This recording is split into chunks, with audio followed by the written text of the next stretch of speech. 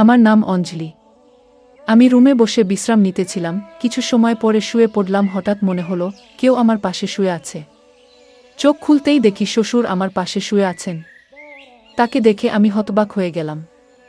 শ্বশুর আব্বা ভুলে গেলেন যে আমি তার বউ নই। আমি তার ছেলের বউ। শ্বশুর আব্বা নিজের বউ মনে করে আমাকে ঝাপটে ধরলেন। আমি তাড়াতাড়ি নিজেকে মুক্ত করার চেষ্টা করলাম আর বললাম, বাবা আমি আম্মু নই। কিন্তু তিনি নিজের আবেগে মগ্ন ছিলেন। এত বয়সে এসে তার এই উত্তেজনা দেখে আমি হতবাক হয়ে গেলাম। তারপর তিনি আমার হাত ধরে টেনে নিলেন। তারপর শ্বশুর বললেন, আমি তোমার সৌন্দর্য দেখে মুগ্ধ হয়েছি। আমি বললাম, বাবা আপনি কি করছেন? আপনি ভুলে গেছেন আপনি কার সাথে আছেন? এরপর যে ঘটনা ঘটেছে তা আমার কাছে খুবই ভয়ানক ছিল। আমি অনেক সুন্দর দেখতে শরীরের গঠন, আর নাই বা বললাম একটু স্বাস্থ্যবতী হওয়ায় আমাকে নাকি আরও বেশি সুন্দর লাগে। এটা সবাই বলতো। আমার স্বামী অমল বাইরে কাজ করতেন এবং বাড়ি ফিরে বিশ্রাম নিতেন। আমি গত কয়েকদিন ধরে গৃহস্থলীর কাজের চাপে আমি খুব ক্লান্ত ছিলাম। আমরা নববিবাহিত আর অমূল্য চাকরি পেয়েছেন।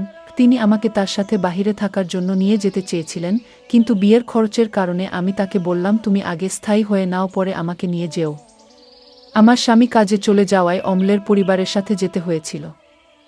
শ্বশুর বাড়ির সবাই অন্য শহরে থাকতেন। এই বাড়িটি অমলের নামে ছিল এবং আমাদের বিয়ের পর অমল এটি কিনেছিল। বিয়ের এক সপ্তাহ পরে শ্বশুর শাশুড়ি আমাকে আমাদের বাড়ি থেকে আমাকে নিয়ে যান এবং তাদের সাথে থাকতে বলেন। আমি যাওয়ার পর আমার ননদ খোঁটা দিয়ে ওই বাড়ি ছেড়ে চলে যান। আজ অমল বাহিরে আর আমিও একা।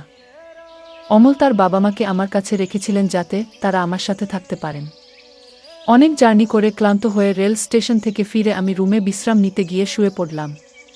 হঠাৎ মনে হলো কেউ আমার পাশে শুয়ে আছে। আমার আতঙ্কে চোখ খুলতেই দেখি শ্বশুর আমার পাশে শুয়ে আছেন।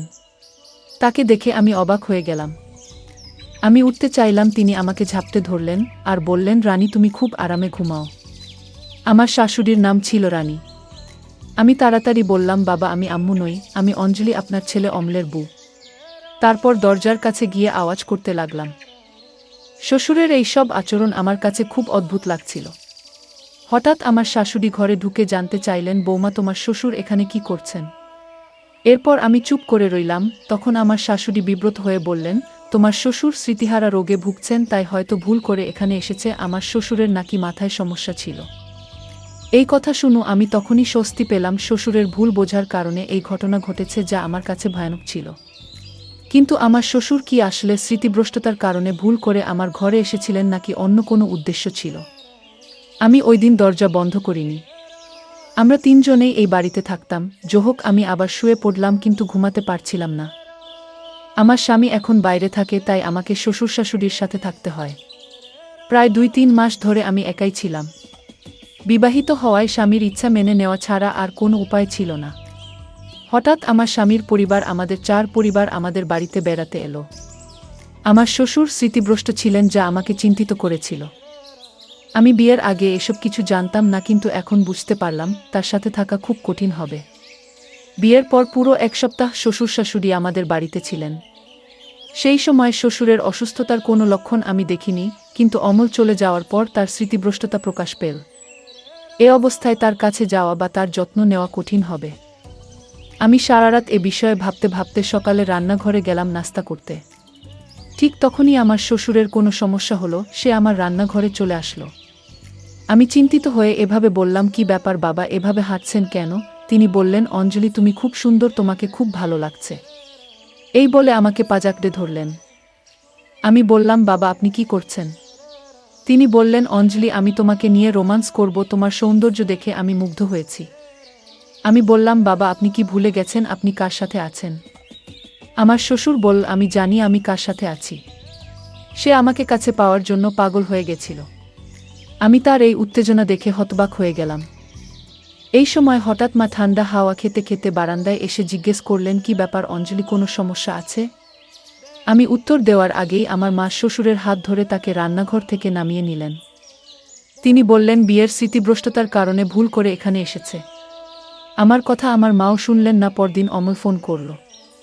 আমার শাশুড়ি মার কাছে আমি ফোন চাইলাম, কিন্তু শাশুড়ি মা এসে বললেন, বৌমা তুমি তোমার বাবার ব্যাপারে অমলকে কিছু বলো না, নইলে সে টেনশনে পড়ে যাবে। এরপর বললেন, অমলের একটি গুরুত্বপূর্ণ মিটিং আছে।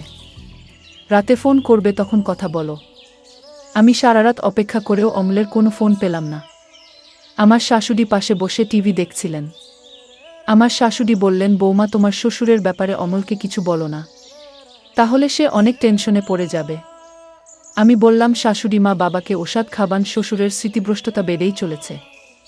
আমার সবচেয়ে কষ্টের বিষয় ছিল শ্বশুর মশাই শুধু তার বউয়ের ব্যাপারে ভুলে যেতেন, বাকি সব কিছু মনে রাখতেন। আমি অনেক সময় ইচ্ছাকৃতভাবে তার ব্যক্তিগত জিনিস লুকিয়ে রাখতাম, কিন্তু সেগুলো তিনি সব মনে রাখতেন। শ্বশুর শুধু তার বুকে ভুলে যেতেন। শ্বশুর যদি ইচ্ছাকৃতভাবে না করতেন, তবে তাকে সহায় করতাম। স্বামী চলে যাওয়ার পরে 3 মাস অনেক কষ্টে শ্বশুর শাশুড়ির সাথে কাটিয়েছি। রুমের দরজা বন্ধ করে ঘুমাতাম এবং সারাদিন শ্বশুরের মুখোমুখি না হওয়ার চেষ্টা করতাম। একদিন দুপুরে তালা লাগাতে গিয়ে দেখলাম দরজাটা ভাঙ্গা।